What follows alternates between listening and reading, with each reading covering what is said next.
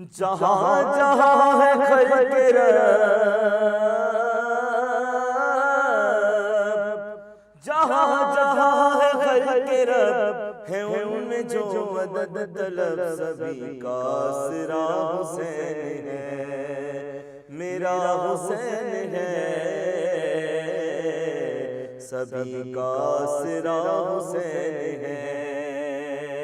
نہ پوچھئے کہ کیا حسین ہے، میرا حسین ہے، نہ پوچھئے کہ کیا حسین ہے جس کی فکر کربلا، حسین وہ دماغ ہے، یہ پنجتیں کی انجمن کا پانچواں چراغ ہے، حسن کا پہلا ہم سفر، حسن کا پہلا ہم سفر، علی کا دوسرا پسر، امام تیسرا حسین ہے، میرا حسین ہے، امام تیسرا حسین ہے۔ کرے گا کون غمسری، کسی کی کیا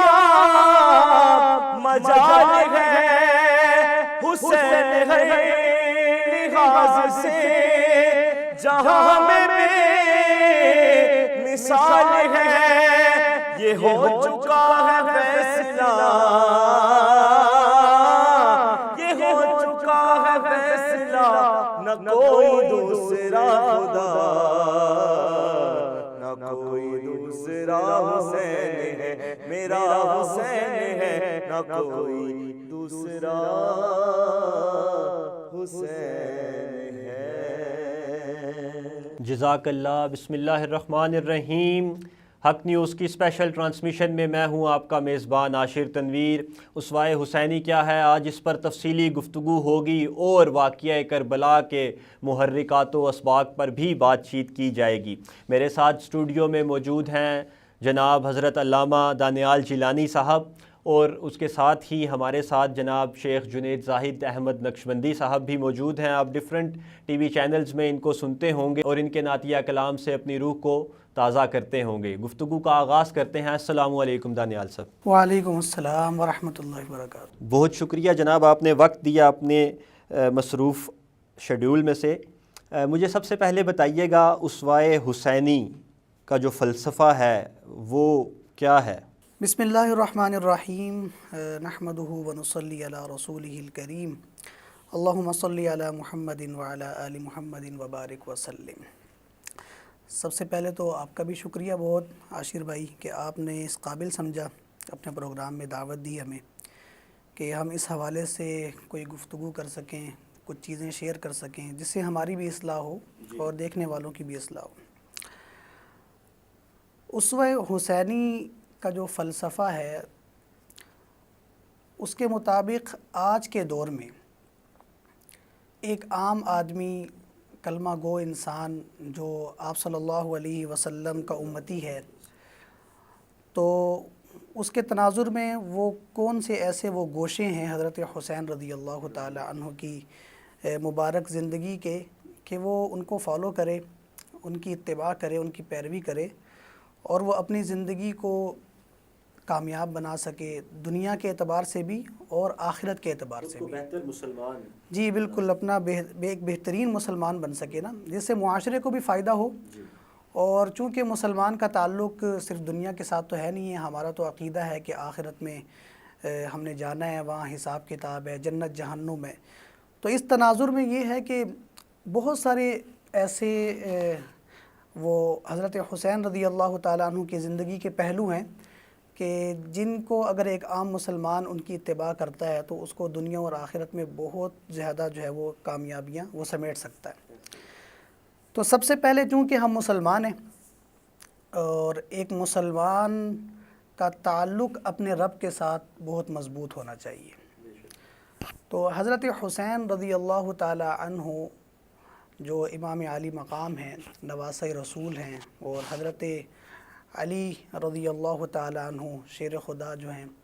ان کے بیٹے ہیں، اور آپ صلی اللہ علیہ وسلم کے جگر کا ٹکڑا جن کو آپ صلی اللہ علیہ وسلم ارشاد فرمایا، حضرت فاطمہ سیدہ فاطمہ رضی اللہ تعالی عنہ، ان کے لخت جگر ہیں۔ تو دیکھنا ہم نے یہ ہے کہ انہوں نے جس ماحول میں زندگی گزاری، ظاہری بات ہے وہ بھی ایک معاشرے میں زندگی گزار کر گئے، تو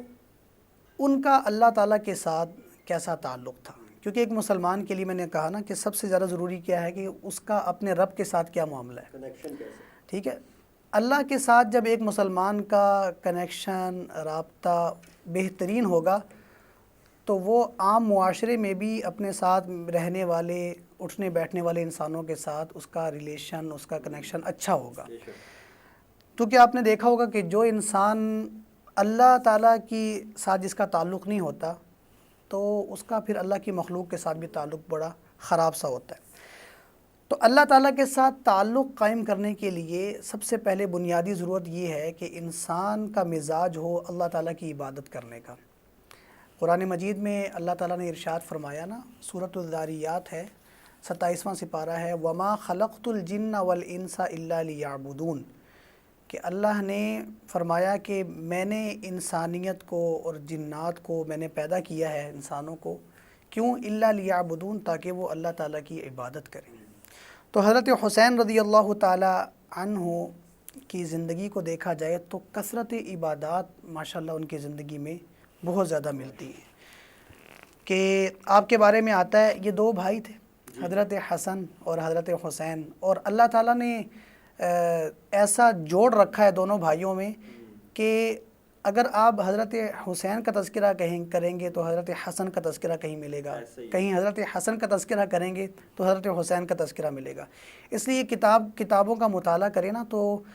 حسنین کریمین کا لفظ آتا ہے، ٹھیک ہے نا۔ تو اب ان کی عبادت کا معمول یہ تھا کہ جو اللہ کے ساتھ انسان کا ایک کنیکشن ہے، کہ حضرت حسن رضی اللہ تعالی عنہ جو تھے وہ رات کے پہلے حصے میں کھڑے ہو جاتے تھے عبادت کے لیے، یعنی 5 وقتی نمازی تو پڑھی ہے، لیکن رات کو جو تنہائی کا وقت ہوتا ہے اس میں اپنے اللہ سے گریہ وزاری کرنا، مانگنا، اللہ کے سامنے سجدہ ریز ہونا، جسے آپ تہجد کی عبادت کہتے ہیں، اور یہ آپ صلی اللہ علیہ وسلم کا بھی معمول تھا، صحابہ کا بھی یہ معمول تھا۔ تو حضرت حسن رضی اللہ تعالی عنہ کا ملتا ہے کہ آپ رات کے پہلے حصے میں عبادت کا اہتمام کیا کرتے تھے، اور حضرت حسین رضی اللہ تعالی عنہ وہ رات کے آخری حصے میں، یعنی جب حضرت حسن عبادت سے فارغ ہو جاتے اس کے بعد پھر دوسرا بھائی جو ہے وہ اللہ کے حضور کھڑا ہو جاتا۔ تو اس گھرانے کی خاص بات یہ بھی ہے نا کہ جتنے بھی افراد ہیں گھرانے میں، یہ گھر کسی بھی وقت اللہ تعالیٰ کی عبادت سے خالی نہیں رہتا تھا، کہ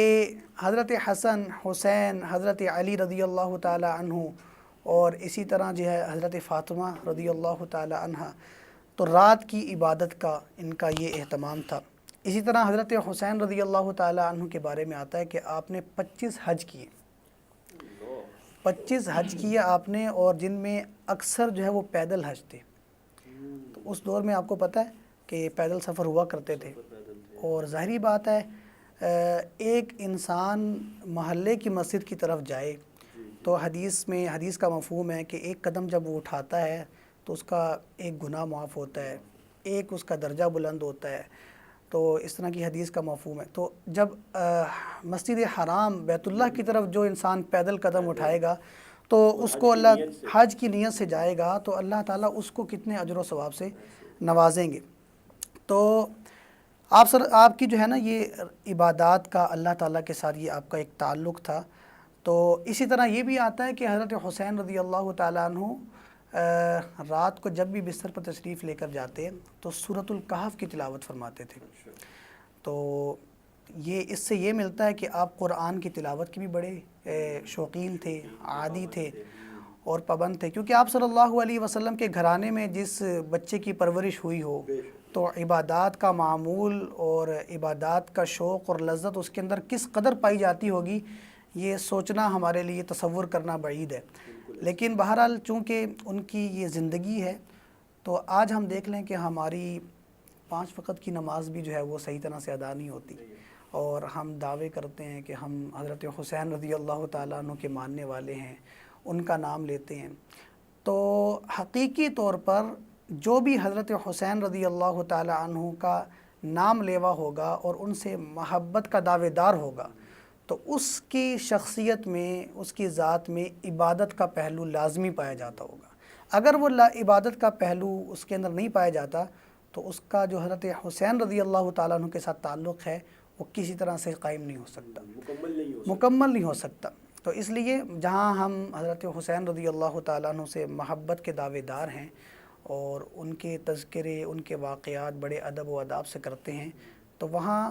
آپ صلی اللہ علیہ وسلم کے بارے میں بھی دیکھیں نا، قرآن کیا ارشاد فرما رہا ہے کہ لَقَدْ كَانَ لَكُمْ فِي رَسُولِ اللَّهِ أُسْوَةٌ حَسَنَةٌ۔ آپ صلی اللہ علیہ وسلم ہمارے نبی ہیں، اللہ کے محبوب ہیں، امام الانبیاء ہیں، اور ان کی زندگی جو اللہ نے ان کو عطا کی، تو ایک عام امتی کو کیا قرآن میں ترغیب دی گئی کہ آپ ان کی زندگی کو فالو کریں، ٹھیک ہے۔ تو حضرت حسین رضی اللہ تعالیٰ عنہ کی زندگی کی بے شمار واقعات ہیں، لیکن ان واقعات کے تذکرے سے کام مکمل نہیں ہوگا، ان کی زندگی کے وہ پہلو ہمیں اپنانے پڑیں گے، پریکٹیکلی اپنانے ہوں گے۔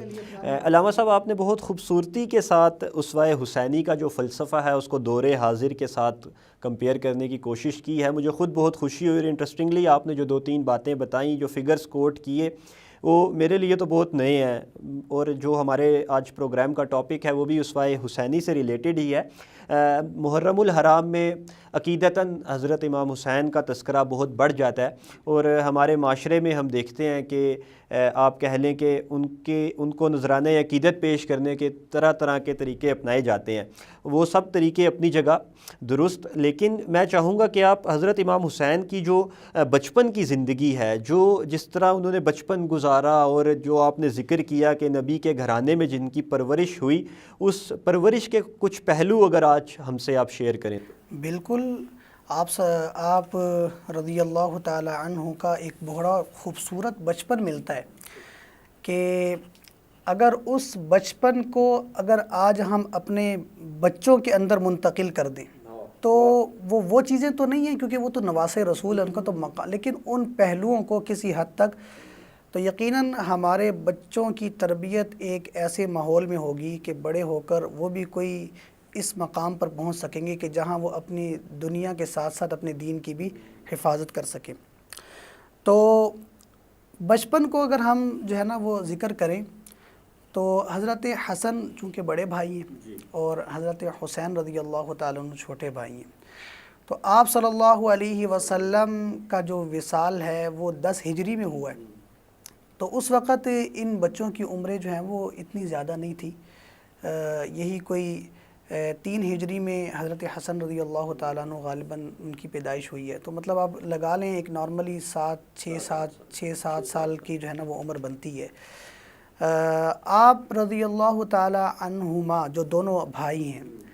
رسول اللہ صلی اللہ علیہ وسلم آپ سے بڑی محبت فرمایا کرتے تھے، اور یہ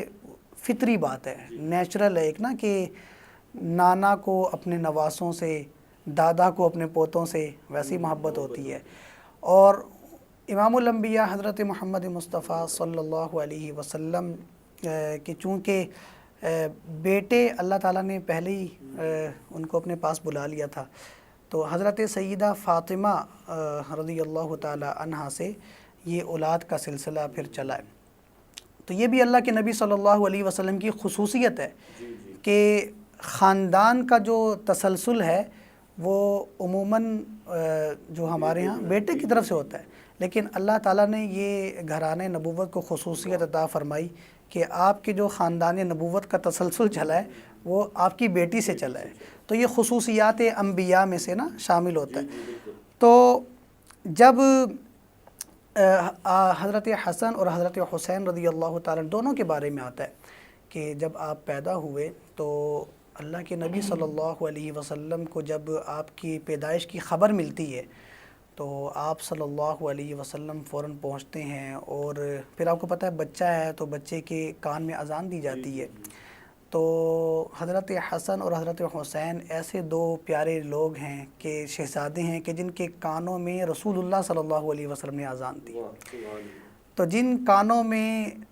نبوت کی پاکیزہ زبان سے اللہ اکبر کی آوازیں پڑ رہی ہوں تو ان کے دل میں اس اللہ کا مقام کس حد تک پیوست ہو جائے گا. یہ جو سارا ہمیں تاثیر نظر آتی ہے حضرت حسین کی زندگی میں، یہ اللہ کے نبی کے وہ الفاظ جو پہلے ہی کانوں میں پڑے تو وہ تاثیر ساری نمایاں ہوتی ہے نا. اسی طرح ہمارے ہاں جب بچہ اس کو گھٹی دی جاتی ہے تو تحنیک اس کو عربی میں کہتے ہیں. تو حدیث میں آتا ہے کہ ان دونوں شہزادوں کو گھٹی ان کے نانا حضرت محمد مصطفیٰ صلی اللہ علیہ وسلم نے دی کہ آپ نے اپنے لعاب دہن سے جو ہے نا وہ ان کو گھٹی دی ہے. اور پھر جس طرح عام معمول ہوتا ہے کہ 7ویں روز جو ہے وہ عقیقہ ہوتا ہے، تو آپ صلی اللہ علیہ وسلم نے ان کا عقیقہ بھی کیا. پھر ان کے بال، بچے کی جھنڈ اتاری جاتی ہے تو ویسے ہی آپ نے ان کے بال اتارے. تو پھر جتنے بالوں کا وزن تھا اس کے مطابق جو ہے وہ چاندی صدقہ کی گئی. اور یہ سنت بھی ہے کہ جب 7ویں دن بچہ پیدا ہو تو اس کی جو ہے وہ ٹرین کروائی جائے اور بالوں کو صدقہ کیا جائے، چاندی کو جو ہے نا اس کی مقدار کے برابر صدقہ کیا جائے. پھر اس کے بعد یہ بچپن کی زندگی گزرتی ہے تو ان کا نام بھی من جانب اللہ طے تھا کہ حضرت علی رضی اللہ تعالی عنہ سے آپ صلی اللہ علیہ وسلم نے حضرت حسن کی پیدائش پہ پوچھا کہ بیٹے کا نام کیا رکھا ہے، تو انہوں نے کہا حرب. حرب کا مطلب ہوتا ہے جنگجو نا. تو آپ نے فرمایا نہیں، اس کا نام حسن ہے، یہ اللہ تعالیٰ کی طرف سے طے ہے. پھر حضرت حسین رضی اللہ تعالیٰ عنہ پیدا ہوئے تو حضرت علی سے پوچھا کہ نام کیا رکھا ہے، تو انہوں نے پھر فرمایا حرب کہ جنگجو. تو آپ نے فرمایا نہیں، اس بچے کا نام اللہ کی طرف سے حسین رکھا گیا. تو جن کے ناموں کی جو ہے نا وہ تائید اللہ کی طرف سے آ رہی ہو تو ان شخصیات کا مقام کس قدر جو ہے وہ بڑا ہوگا. علامہ صاحب آپ کو یہاں روکوں گا، آپ نے بہت خوبصورتی کے ساتھ بچپن کے واقعات کا ذکر کیا. میں جنید صاحب کو شامل کرنا چاہوں گا. جنید صاحب پہلے بتائیے گا آپ کو کوئی بچپن کا واقعہ جناب حسنین کریمین کے حوالے سے اگر کوئی یاد ہو تو وہ بھی شارٹلی سنائیں ہمیں تاکہ ویورز کو اعوذ باللہ من الشیطان الرجیم، بسم اللہ الرحمن الرحیم. پہلے تو حق ٹیم کا شکریہ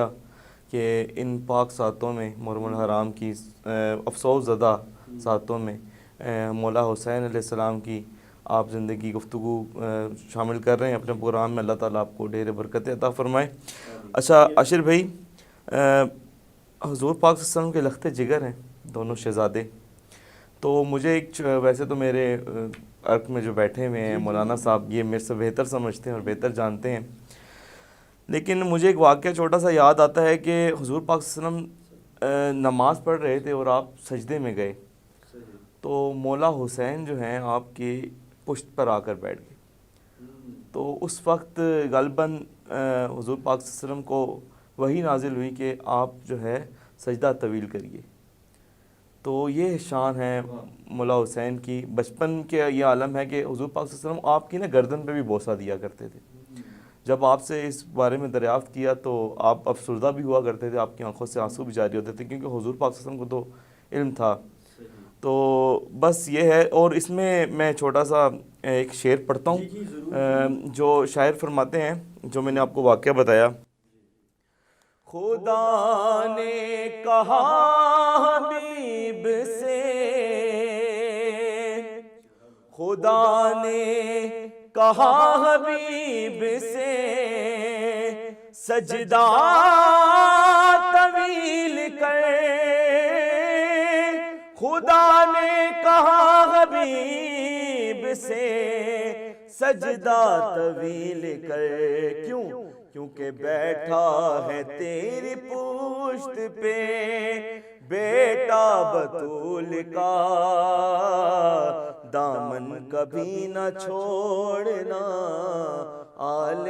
رسول کا.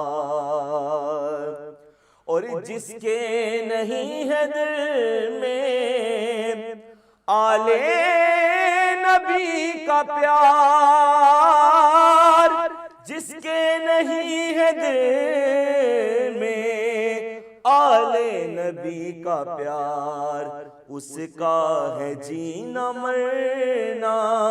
قسم سے فضول کا، دامن کبھی نہ چھوڑنا آل رسول کا۔ سبحان اللہ جی، بہت خوب جنید صاحب، بہت زبردست۔ علامہ صاحب، دامن کبھی نہ چھوڑنا آل رسول کا، اسی پہ راہے میں آگے چلتے ہوئے آپ نے بچپن کی بات کی، اب ذرا تھوڑا سا آگے بڑھتے ہیں اور اسوہ حسینی کے جو آپ کہہ لیں نا نوجوانی کا جو وقت تھا اور جو رول انہوں نے خلفائے راشدین کے ٹینیورز میں گزارا اپنی جوانی کا، اس حوالے سے تھوڑا سا بتائیں کہ کیا معمولات زندگی تاریخ کے حوالے سے دیکھنے کو ملتے ہیں؟ دیکھیں عاشر بھائی، بنیادی طور پر حضرت حسین رضی اللہ تعالی عنہ نے جو پرورش پائی ہے نا،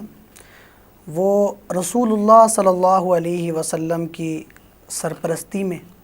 اور پھر آپ صلی اللہ علیہ وسلم کے وہ مبارک ترین صحابہ کرام رضوان اللہ تعالی علیہم اجمعین، جس میں خلفائے راشدین جن کا آپ نے تذکرہ کیا، حضرت سیدنا ابو بکر صدیق رضی اللہ تعالیٰ عنہ، حضرت سیدنا عمر فاروق رضی اللہ تعالیٰ عنہ، حضرت سیدنا عثمان غنی رضی اللہ تعالیٰ عنہ، اور پھر ان شہزادوں کے والد گرامی حضرت علی ابن ابی طالب رضی اللہ تعالیٰ عنہ، تو ان شخصیات کی سرپرستی میں جو بچے پروان چڑھ رہے ہوں تو ان پھولوں میں کتنی خوشبو مہکے گی، اور اس خوشبو کی جو ہے نا اثرات کہاں تک جائیں گے، یہ ہمیں پتہ چلتا ہے۔ میں نے شروع میں یہ آپ سے ذکر کیا تھا نا کہ حضرت حسین رضی اللہ تعالیٰ عنہ کی زندگی کے کئی پہلو ہیں، جس میں سب سے پہلا پہلو میں نے ذکر کیا تھا کثرت عبادت کا۔ اسی طرح حضرت حسین رضی اللہ تعالیٰ، کیونکہ وہ عبادت بچوں کے اندر کیسے آئی ہے کہ وہ جن بڑوں کی سرپرستی میں وہ پرورش پا رہے ہیں، انہوں نے مصلے دیکھے ہیں راتوں کو بچھے ہوئے، ان کا تعلق انہوں نے دیکھا ہے قرآن مجید کے ساتھ، اللہ تعالیٰ کے دین کے ساتھ، رسول اللہ صلی اللہ علیہ وسلم کے ساتھ شدت محبت انہوں نے جو دیکھی ہے، تو ظاہری بات ہے کہ بچے بڑوں کو دیکھ کر اثر لیتے ہیں، ٹھیک ہے۔ جیسے آج کل بھی آپ نے دیکھا ہوگا کہ والدین جس طرح سے جو ہے نا وہ بولتے ہیں، بات چیت کرتے ہیں، گفتگو کرتے ہیں، تو بچوں کی زبان سے وہی الفاظ نکل رہے ہوتے ہیں۔ تو نواسۂ رسول اور جو ہے حضرت سیدہ فاطمہ رضی اللہ تعالی عنہ جیسی والدہ، جن کو سیدۃ النساء اہل الجنہ کا لقب دیا گیا ہے، تو ان شخصیات کی سرپرستی میں ان کی جو ہے وہ پرورش ہو رہی ہے۔ تو اب جب یہ اپنی بچپن، جس طرح کہ انہوں نے بھی وہ ایک واقعہ ذکر کیا نا بچپن کا، کہ اللہ کے نبی صلی اللہ علیہ وسلم نے سجدہ طویل کر دیا، تو علماء نے ایک بہت خوبصورت جملہ لکھا ہے کہ حضرت حسین رضی اللہ تعالی عنہ جب امام الانبیاء حضرت محمد مصطفیٰ صلی اللہ علیہ وسلم کی پشت مبارک پر جو ہے وہ چلے گئے اور آپ سجدے میں تھے، تو آپ نے سجدہ طویل کیا، آپ نے ان کا انتظار کیا کہ یہ خود بخود اتر جائیں۔ اس کی علماء نے جو ہے نا وہ ایک جملہ لکھا ہے کہ اللہ کے نبی کے ذہن میں یہ بات بھی آئی ہوگی کہ اگر میں اٹھا اور حضرت حسین گر گئے تو کہیں میرے نواسے کے ذہن میں یہ بات نہ آ جائے کہ مسجد گرنے کی جگہ ہے، مسجد گرنے کی جگہ۔ تو میں نے اپنا سجدہ طویل کر دیا، اور پھر جب تک حضرت حسین رضی اللہ تعالیٰ عنہ سہولت کے ساتھ نہیں اترے تو میں نے سجدہ کہ ان کے ذہن میں یہ ہو کہ مسجد میں آئیں گے تو یہ مسجد سکون کی جگہ ہے، یہ بلندیوں کی جگہ ہے، اور پھر اس پشت پر بیٹھ جانا کہ جس کو اللہ تبارک و تعالیٰ نے جو ہے وہ حرم سے اٹھا کر وہ عرش معلیٰ تک سیر کرائی ہو، تو کتنی مبارک جو ہے نا وہ اثرات ان پر پڑتے ہوں گے۔ تو ان کی زندگی میں، ان کی جو ہے شخصیت میں یہ چیزیں بھی تھیں، اور پھر اسی طرح سے آپ صلی اللہ علیہ وسلم بچپن ہی میں نا ان بچوں کو اتنی اہمیت دیتے تھے کہ حدیث میں آتا ہے کہ آپ ایک مرتبہ خطبہ ارشاد فرما رہے تھے، تو یہ دونوں شہزادے جو ہے وہ کھیلتے کھیلتے دوڑتے دوڑتے جو ہے وہ مسجد نبوی میں داخل ہوئے، اور آپ صلی اللہ علیہ وسلم اپنے منبر پر تشریف فرما ہیں اور خطبہ ارشاد فرما رہے ہیں، اور دوران خطبہ کسی کو بات کرنے کی، کسی کو ہلنے جلنے کی بھی اجازت نہیں ہے نا، یہ شرعی مسئلہ ہے۔ لیکن جب آپ نے دیکھا تو آپ نے خطبے کو روکا اور منبر سے اتر کر آپ نے دونوں نواسوں کو اپنے گلے میں لگایا ہے، اور پھر آپ نے فرمایا انما اموالکم و اولادکم فتنہ، کہ بھی قرآن مجید میں اللہ کا ارشاد ہے کہ اولاد اور مال یہ آزمائش بن جاتے ہیں، تو نبی ہوں لیکن یہ میری اولاد ہے۔ اسی طرح دیکھا جائے تو ان بڑوں کی زندگی میں ایک دوسرے کی خیر خواہی بھی بہت زیادہ تھی۔ حضرت عمر کے حضرت ابوبکر کے ساتھ واقعات، پھر حضرت ابوبکر عمر کے حضرت عثمان حضرت علی المرتضیٰ رضی اللہ تعالیٰ عنہ کرم اللہ وجہہ کے ساتھ واقعات، آپس میں جو ہے وہ شیر و شکر ہو کے رہنا اور آپس میں باہمی ادب اور محبت کو قائم رکھنا، تو یہ بچوں کے اندر بھی پھر منتقل ہوا کہ جب حضرت حسین کی جوانی کو دیکھتے ہیں تو حضرت عثمان غنی رضی اللہ تعالیٰ عنہ کی جب شہادت کا واقعہ ہوا ہے تو یہ اپنے، کیونکہ ان کو چچا چچا کہتے تھے، تو ان کے گھر پر کے باہر دونوں بھائی پہرے کے لیے کھڑے ہوئے ہیں کہ یہ ہمارے بڑے ہیں اور بڑوں کا ادب، ان کا احترام، ان کی حفاظت ہماری ذمہ داری ہے۔ اسی طرح دیکھا جائے تو حضرت حسین رضی اللہ تعالی عنہ کہ اپنے بھائیوں کے ساتھ کیسے تعلقات ہیں۔ محمد بن حنفیہ رحمۃ اللہ علیہ ان کے جو ہے نا وہ بھائی ہیں، کسی موقع پر ان کا آپس میں کوئی تکرار وغیرہ ہو گیا تو حضرت حسین رضی اللہ تعالیٰ عنہ ناراض ہو گئے، تو محمد بن حنفیہ رضی اللہ رحمۃ اللہ علیہ جو تابعی تھے، تو انہوں نے جو ہے وہ حضرت حسین رضی اللہ تعالیٰ عنہ کو نا خط لکھا، اس میں یہ لکھا کہ دیکھیں آپ میرے سے مقام میں بھی زیادہ ہیں اور میں آپ کا بڑا ادب بھی کرتا ہوں اور آپ کی عزت اور احترام بھی میرے دل میں بہت زیادہ ہے، اور پھر سب سے زیادہ تقابل کہ محمد بن حنفیہ جو تھے یہ حضرت علی کی دوسری بیوی سے تھے اور حضرت حسین رضی اللہ تعالیٰ عنہ حضرت فاطمہ کے بیٹے تھے، تو انہوں نے کہا کہ دیکھیں میں یہاں تک تو والد کے اعتبار سے تو ہم دونوں برابر چلے، لیکن جہاں والدہ کی بات آتی ہے وہاں میں آپ کے مقام کا مقابلہ نہیں کر سکتا کہ آپ رسول اللہ صلی اللہ علیہ وسلم کی بیٹی کی جو ہے نا وہ بیٹے ہیں، تو گزارش ہی کر سکتا ہوں کہ آپ میرے سے درگزر کریں۔ تو حضرت حسین رضی اللہ تعالیٰ عنہ ساری وہ سرزنش بھول گئے اور انہوں نے جو ہے نا فوراً اپنے بھائی کو جو ہے نا وہ جا کر گلے لگایا، اور تو یہ دیکھیں نا کہ یہ ان کے اندر یہ عادات کیوں آئیں کہ انہوں نے بڑوں کو یہ کرتے ہوئے دیکھا ہے، درگزر کا پہلو ان کے سامنے تھا۔ اور اسی طرح بڑوں کا ادب بھی بڑا کرتے تھے۔ بڑا خوبصورت واقعہ ہے کہ ایک مرتبہ آپ مسجد میں تشریف فرما تھے، ایک بزرگ یعنی عمر رسیدہ ایک آدمی آیا اور اس نے جو ہے نا وہ جلدی سے وضو کیا، جلدی سے نماز پڑھی، تو آپ دیکھتے رہے تو آپ نے جب انہوں نے نماز مکمل کر لی آپ نے کہا کہ میری ذرا بات سنیں گے؟ ہم نے کہا جی۔ اچھا دیکھیں میں نے نماز پڑھنی ہے، میں نے وضو کرنا ہے، تو میں وضو کروں گا تو اس کے بعد میں نماز پڑھوں گا، تو آپ ذرا دیکھ لیجئے گا کہ میں وضو صحیح طریقے سے بھی کر رہا ہوں کہ نہیں کر رہا۔ چنانچہ صحیح طریقے سے تو ان کو آتا تھا اصل میں، لیکن اب بزرگ ہیں، ان کی عمر کا احترام ہے، تو ان کو منہ پر ہی نہیں کہا کہ بھی یہ کیا طریقہ ہے آپ کے وضو کرنے کا، یہ جس طرح آج کل ہماری مساجد میں ہوتا ہے کہ جس طرح بس منہ میں جو جملہ آیا بول دیا۔ تو انہوں نے فرمایا کہ دیکھیں میں وضو کروں، تو آپ نے پورا وضو کیا، تو فرمایا کہ چچا کوئی غلطی تو نہیں ہوئی؟ تو انہوں نے کہا کہ میرے وضو میں غلطیاں تھیں، آپ کے وضو میں غلطی نہیں ہے۔ ہاں سمجھ گئے۔ تو اس سے پتہ چلتا ہے کہ آپ کو سمجھانے کی صلاحیت دوسرے کے اندر دوسرے کو کیسی تھی، اور پھر اگر کوئی بڑی عمر کے بندہ آ جائے گا اس کو آپ نے کس طرح سے سمجھانا ہے، کس طرح سے گفتگو کرنی ہے۔ تو یہ ہمارے نوجوانوں کے لیے بھی بہت بڑا سبق ہے نا کہ بڑوں سے بات کرنے کا طریقہ، ٹھیک ہے بڑوں میں بھی غلطیاں خامیاں ہوتی ہیں، لیکن ان سے بات کرنے کا، ان کو سمجھانے کا ایک ایسا طریقہ ہونا چاہیے جس میں ادب رہے اور ان کی بے عزتی نہ ہو، ان کی عزت نفس مجروح نہ ہو۔ تو یہ مختلف واقعات ملتے۔ خدمت خلق آپ کے اندر بہت زیادہ تھی کہ غریبوں کی جو ہے نا وہ امداد کرنا، فقراء کو دینا۔ ایک مرتبہ تو واقعہ آپ کا آتا ہے کہ آپ نماز پڑھ رہے تھے، نفلی نماز تھی، تو ایک سائل آ گیا، اس نے باہر سے آوازیں لگانا شروع کر دی،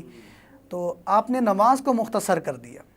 کہ نفلی نماز کو مختصر کر لو، اس سے زیادہ بہتر ہے کسی مسلمان کی حاجت کو پورا کرو۔ تو آپ نے آپ کا غلام تھا، اس کا نام قمبر تھا، اسے کہا کہ بھائی کچھ پڑا ہوا ہے، تو اس نے کہا 200 درہم ابھی آپ موجود ہے نا گھر میں، آپ نے فرمایا سارے ان کو دے دو جا کر، تو وہ اپنی ضرورت پوری کر لیں۔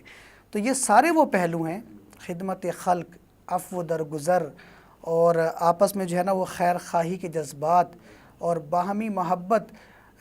اور لوگوں کی رعایت کرنا، اپنے اتنے بڑے مقام پر ہو کر بھی تواضع اور انکساری اپنے اندر قائم رکھنا، عاجزی کو جو ہے نا وہ اس کا تسلسل رکھنا، یہ بہت بڑی بات ہے۔ آج سے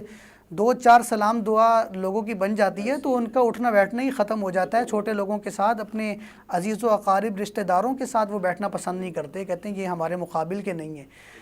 آپ ایک جگہ سے جا رہے تھے، گزر ہو رہا تھا تو کچھ لوگ نا کھانا کھا رہے تھے بیٹھ کے، تو انہوں نے کہا اے نواسے رسول، آپ کا مقام تو بڑا بلند ہے، لیکن ہماری خواہش ہے کہ آپ ہمارے ساتھ بیٹھ کے کھانا کھا لیں۔ تو آپ فوراً ان کے ساتھ جو ہے نا وہیں پر زمین پر بیٹھ کے آپ نے کھانا کھانا شروع کر دیا۔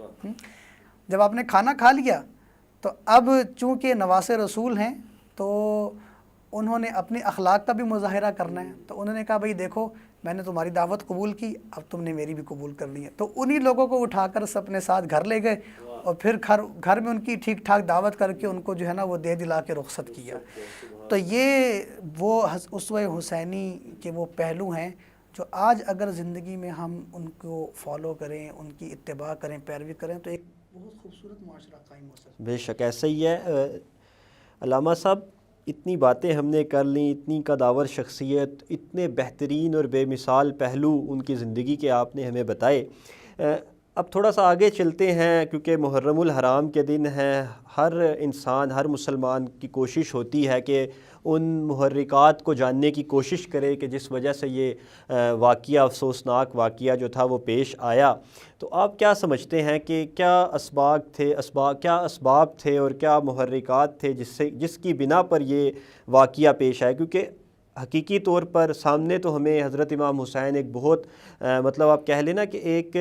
ایسی شخصیت نظر آتے ہیں جو ہر چیز میں توازن کو برقرار رکھ سکتے ہیں۔ تو کیا واقعات ایسے ہوئے یا کیا کوئی معاملات ایسے ہو گئے کہ توازن بگڑ گیا؟ جی، واقعہ کربلا کے جو محرکات ہیں اس کو اگر ڈسکس کیا جائے تو بنیادی طور پر نا 2 باتیں ہمارے سامنے آتی ہیں۔ ایک بات تو یہ کہ رسول اللہ صلی اللہ علیہ وسلم کا جب وصال ہوا ہے تو اس کے بعد پھر خلافت چلی ہے نا امت میں، اور اہل سنت والجماعت کا جو عقیدہ ہے وہ یہی ہے کہ حضرت ابو بکر صدیق رضی اللہ تعالیٰ عنہ سے اس خلافت کی ابتدا ہوئی، پھر اس کے بعد حضرت عمر فاروق آئے، حضرت عثمان غنی اور حضرت علی المرتضیٰ رضی اللہ تعالیٰ عنہم اجمعین، اور پھر ان کے بعد حضرت حسن رضی اللہ تعالیٰ عنہ کی خلافت گزری ہے۔ تو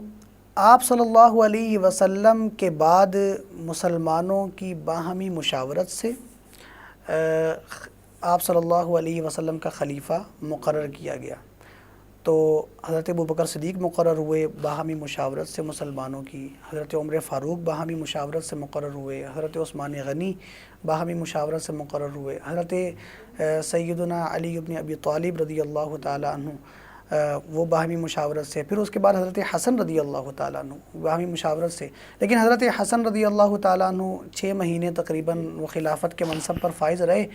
پھر آپ صلی اللہ علیہ وسلم کی بھی ایک پیش گوئی تھی کہ میرا یہ جو نواسہ ہے یہ مسلمانوں کے 2 گروہوں میں صلح کا ذریعہ بنے گا، تو وہ پھر حضرت امیر معاویہ رضی اللہ تعالیٰ عنہ کی جو تسلسل چلا اور پھر واقعات ہوئے تو آپ ان کے حق میں دستبردار ہو گئے۔ تو اس سے بھی جو ہے نا وہ حضرت حسن اور حضرت حسین کی زندگی سے یہ بھی پتہ چلتا ہے کہ جب بڑے موجود ہوں تو وہ اپنے حق کو چھوڑنے کے لیے تیار ہیں، بجائے اس کے کہ بڑوں کے ساتھ کوئی تنازع ہو، بڑوں کے ساتھ کوئی جو ہے نا وہ تکرار ہو۔ تو مسلمانوں کے باہمی امور کو جو ہے وہ تسلسل دینے کے لیے اور کسی بھی طرح کا فتنہ نہ ہونے کے لیے، روک تھام کے لیے حضرت حسن نے بہت بڑا قدم اٹھایا کہ خلافت سے دستبردار ہو گئے۔ پھر حضرت معاویہ رضی اللہ تعالیٰ عنہ کا دور چلا، تو اب جب حضرت معاویہ رضی اللہ تعالیٰ عنہ کا دور چلا ہے نا تو اس کے بعد بھی خلیفہ کی تو ضرورت تھی۔ تو اب اس کے بعد جو ہے نا وہ جو مسلمان تھے اس وقت موجود تھے ان کی نظریں حضرت حسین پر لگی ہوئی تھیں کہ چلیں اس وقت تو جو ہوا سو ہوا، حضرت حسین حضرت حسن دستبردار ہوئے، لیکن اب معاملات کافی آگے بڑھ چکے ہیں، فتوحات ہو چکی ہیں، اور پھر حضرت امیر معاویہ رضی اللہ تعالیٰ کا دور کافی اس حوالے سے گزرا ہے کہ انہوں نے کافی فتوحات کی ہیں اور مسلمان معاشرے نے بڑی ترقی کی ہے. تو لیکن ان کے بعد مسلمانوں کا جو ہے نا وہ ان کا ذہن یہ تھا کہ دوبارہ خلافت اب گھرانہ نبوت کے گھرانے میں منتقل ہوگی. لیکن ہوا یہ تھا کہ حضرت امیر معاویہ رضی اللہ تعالی عنہ نے جو ہے نا وہ یزید کو جو ہے نا وہ خلافت سونپنے کی وہ خلافت سونپ دی ان کو، اور پھر ان کے لیے جو ہے نا وہ بیعت بھی لی گئی. اور حضرت امیر معاویہ رضی اللہ تعالیٰ عنہ کو یہ خبریں پہنچائی گئی کہ جو ہے نا وہ شام میں اور عراق میں جو لوگ ہیں وہ یزید کی بیعت پر متفق ہیں. تو اہل حجاز کی طرف سے، یعنی یہ جو مدینہ منورہ مکہ مکرمہ ہے، یہاں پر کوئی جو ہے نا وہ اونچ نیچ ہو سکتی ہے، اور یہ بہت بڑا علاقہ ہے یہ سارا، پھر کوفہ اور بصرہ بھی انہوں نے شامل کیا. اب یہ خبریں ان تک پہنچائی گئیں، اس میں صداقت تھی یا نہیں تھی، تاریخ اس حوالے سے بھی بہت کچھ کہتی ہے. لیکن بہرحال حضرت امیر معاویہ رضی اللہ تعالی عنہ پھر خود جو ہے وہ مدینہ منورہ تشریف لائے. اور اس وقت مدینہ منورہ میں یہ 3 شخصیات موجود تھیں: حضرت حسین رضی اللہ تعالی عنہ، عبداللہ بن زبیر رضی اللہ تعالی عنہ، عبداللہ بن عمر حضرت عمر کے بیٹے، اور عبداللہ بن عباس اور عبد الرحمن بن ابی بکر. یہ شخصیات، اور ان کی بڑے لوگ ان کی سنتے بھی تھے اور ان کو اپنا مقتدا بھی مانتے تھے. تو ان کی رائے یہ تھی کہ یہ جو یزید کی خلافت کا جو طریقہ ہے نا یہ درست نہیں ہے. اس کی بہت ساری وجوہات تھیں. ایک وجہ تو یہ تھی کہ خلافت علی منہاج النبوہ یہ ٹرم ہے نا، کہ جس طرح حضرت ابو بکر کی خلافت باہمی مشاورت سے ہوئی، اور پھر حضرت حسین اور ان حضرات کا موقف یہ بھی تھا کہ جو خلافت ہے نا وہ حقدار کو پہنچنی چاہیے، یہ وراثت نہیں ہے. جس طرح کیسر و کسریٰ کے بعد ان کے بیٹے، پھر ان کے بیٹے چلتے آ رہے ہیں. تو اسلام دوسرے مذاہب سے جو ممتاز ہوتا ہے وہ اس پر ہوتا ہے کہ اسلام میں میرٹ کو بڑا دیکھا جاتا ہے کہ جو اہل بنے نا اور جس پر پوری امت متفق ہو تو اس کو جو ہے وہ اس منصب پر فائز کیا جائے. تو یہ یہاں سے یہ محرکات ہونا شروع ہوئے. تو حضرت امیر معاویہ رضی اللہ تعالیٰ عنہ خود سفر کر کے آئے کہ میں خود جا کر بات کروں اور خود جا کر جو ہے نا وہ ان کو مناؤں کہ اس طرح جو ہے نا عام مسلمانوں کے جو علاقے ہیں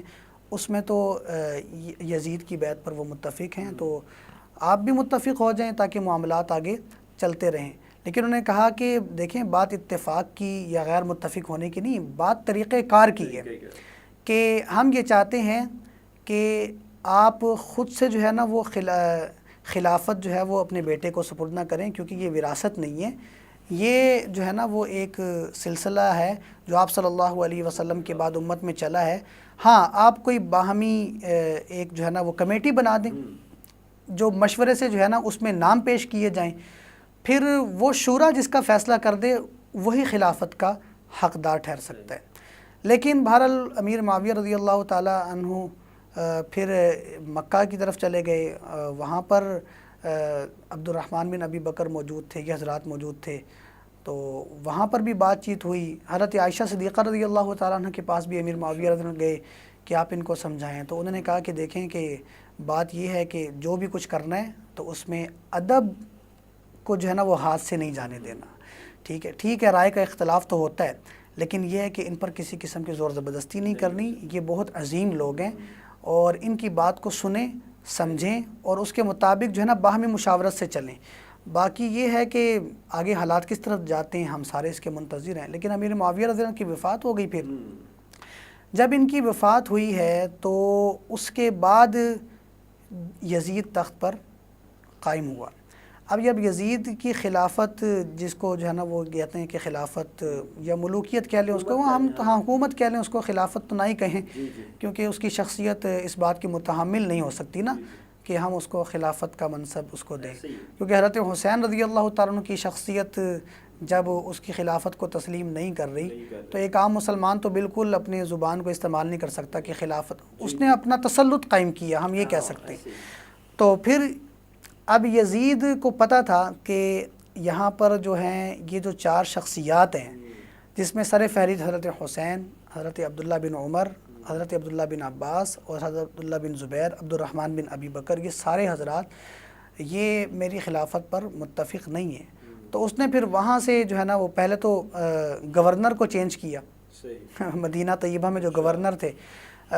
ولید بن عتبہ بن ابی سفیان، تو ان کو پہلے کہا کہ بھی آپ ان سے خلافت لیں، بیعت لیں میری خلافت پر بیعت لیں۔ تو اس نے پھر آگے سے جو ہے نا وہ جا کر گفتگو کی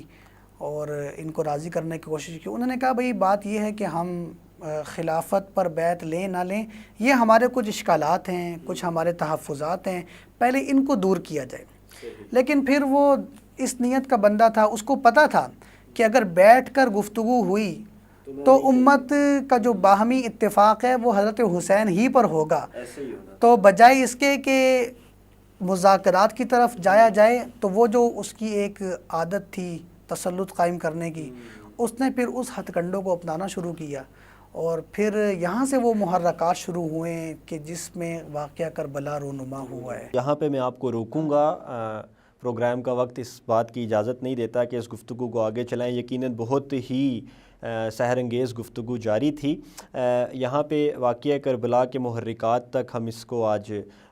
کمپائل کرنے کی کوشش کریں گے، اور مزید اس کو کسی وقت آپ سے وقت لے کر، کسی ٹائم میں آپ سے وقت لے کر اس کو آگے چلائیں گے۔ ویورز، میں جنید صاحب کی طرف جاؤں گا اور جنید صاحب سے درخواست ہوگی کہ وہ حق نبھانا میرے حسین کا ہے، حق نبھانا میرے حسین کا ہے، ہر زمانہ میرے حسین کا ہے، حسین کا ہے ہر زمانہ میرے حسین کا ہے، جن کی خاطر کائنات بنی، جن کی خاطر یہ کائنات بنی، وہ بھی نانا میرے حسین کا ہے، ہر زمانہ میرے حسین کا ہے، اور اس زمین سے جو کچھ بھی اگتا ہے، اس زمین سے جو کچھ بھی اگتا ہے، دانا دانا دانا دانا میرے حسین کا ہے، ہر زمانہ میرے حسین کا ہے۔ جی ویورز، آپ نے ہمارا یہ پروگرام دیکھا اور اسوہ حسینی کے ان پہلوؤں کو اجاگر کرنے کی ہم نے کوشش کی جس کی اس معاشرے میں آج بہت ضرورت ہے، اور اس کے ساتھ ہی اپنے ہوسٹ عاشر تنویر کو اجازت دیجیے۔ اللہ حافظ۔